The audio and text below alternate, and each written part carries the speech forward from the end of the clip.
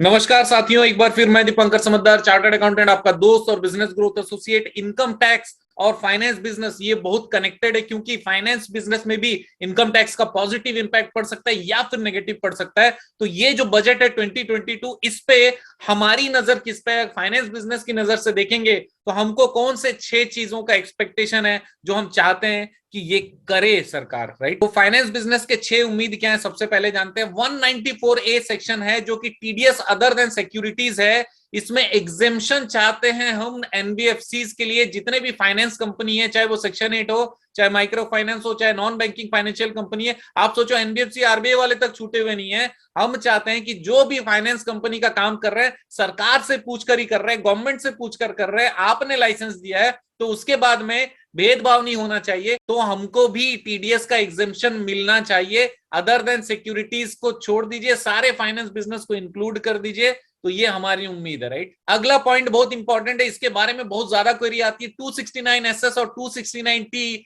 ये कहता है कि आप 20,000 रुपए से ज्यादा का कैश एक्सेप्ट नहीं कर सकते, और 269T ये कहता है कि आप रीपे नहीं कर सकते कैश में, जब तक कि आप अकाउंट पे चेक या क्रॉस चेक या फिर किसी बैंकिंग माध्यम से आपने पेमेंट नहीं किया हो या रिसीव नहीं किया हो, राइट। इस केस में हम चाहते हैं कि आने वाले बजट में जितने भी एनबीएफसीज हैं, जो भी फाइनेंस का काम करती है, वो सारे को एक्सक्लूड किया जाए 269SS और 269T से। क्योंकि आपने खाली बैंक, कोऑपरेटिव सोसाइटीज जो कि कोऑपरेटिव बैंक के फॉर्मेट में है, और जो गवर्नमेंट के ऑर्गेनाइजेशन या गवर्नमेंट से कनेक्टेड ऑर्गेनाइजेशन है, केवल उनको छूट दी है। जबकि आपने हमको कहा है कि भाई हमको ये बिजनेस करना है, तो यहां पर हमारे ऊपर रिस्ट्रिक्शन क्यों है? ये रिस्ट्रिक्शन हमारे ऊपर हटना चाहिए। किसके ऊपर से? सारे फाइनेंस बिजनेस से, एनबीएफसी के ऊपर से, और एआरसी मतलब एसेट रिकंस्ट्रक्शन कंपनी से भी हटना चाहिए, सारे लोन रिपेमेंट पे, राइट। नेक्स्ट है सेक्शन 94B जो कि interest expenses above 1 crore to NRI associates, इसको डिसअलाउ किया जाता है। अभी मैं आपको बताना चाहता हूं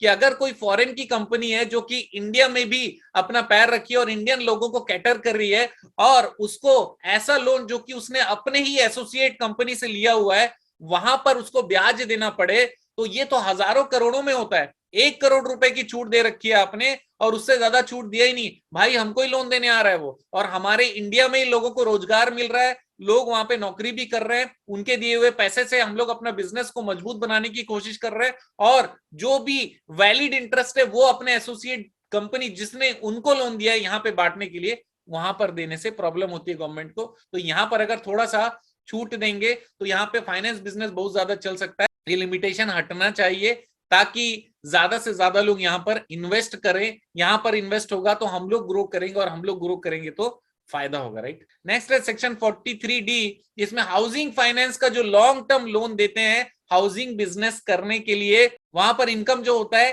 क्रेडिट जब आपने किया या फिर जब आपको रिसिप्ट हुआ, दोनों में से जो पहले हो, उस जगह पे उनको ये फैसिलिटी मिलती है, राइट। तो ये सेम बेनिफिट हम चाहते हैं कि सारे एनबीएफसी, सारे फाइनेंस कंपनी, चाहे वो एनबीएफसी आरबीआई वाली हो, चाहे माइक्रो फाइनेंस हो, चाहे निधि हो, हर एनबीएफसी को ये फायदा मिले ही मिले, राइट। अगला है सेक्शन 194LD। इसमें क्या होता है? इंटरेस्ट जो भी पेड करते हैं हम इंडिया से, किसको? फॉरेन इंस्टीट्यूशनल इन्वेस्टर को, या फिर क्यूएफआई को, क्वालिफाइड फाइनेंशियल इंस्टीट्यूशंस को, उसमें टीडीएस का जो रेट है वो लिमिटेड है। ये सनसेट क्लॉज इसलिए लिखा है क्योंकि इसकी वैलिडिटी खत्म हो चुकी है, लेकिन आगे अगर बजट में आएगा तो इंटरेस्ट रेट जो प्रोवाइड करते हैं क्वालिफाइड फाइनेंशियल इंस्टीट्यूशन को या एफआईआई को, उस पर रेस्ट्रिक्शन अगर लगेगा तो ज्यादा इंटरेस्ट बाहर नहीं जाएगा, लिमिटेड इंटरेस्ट बाहर जाएगा। और यहाँ पे टीडीएस आप लोअर रेट में मतलब 5% में कर रहे हो, उसमें बहुत बड़ा प्रॉब्लम नहीं है। लेकिन हम चाहते हैं कि इंटरेस्ट रेट का रेस्ट्रिक्शन कोई ना कोई जरूर होना चाहिए। Last but not the least, section 194A3 के तहत TDS on securities lending and boring mechanism आता है। इस पे टीडीएस काटने पर डिफॉल्ट हो जाता है बार बार, और इस डिफॉल्ट से बचने के लिए कहीं ना कहीं पे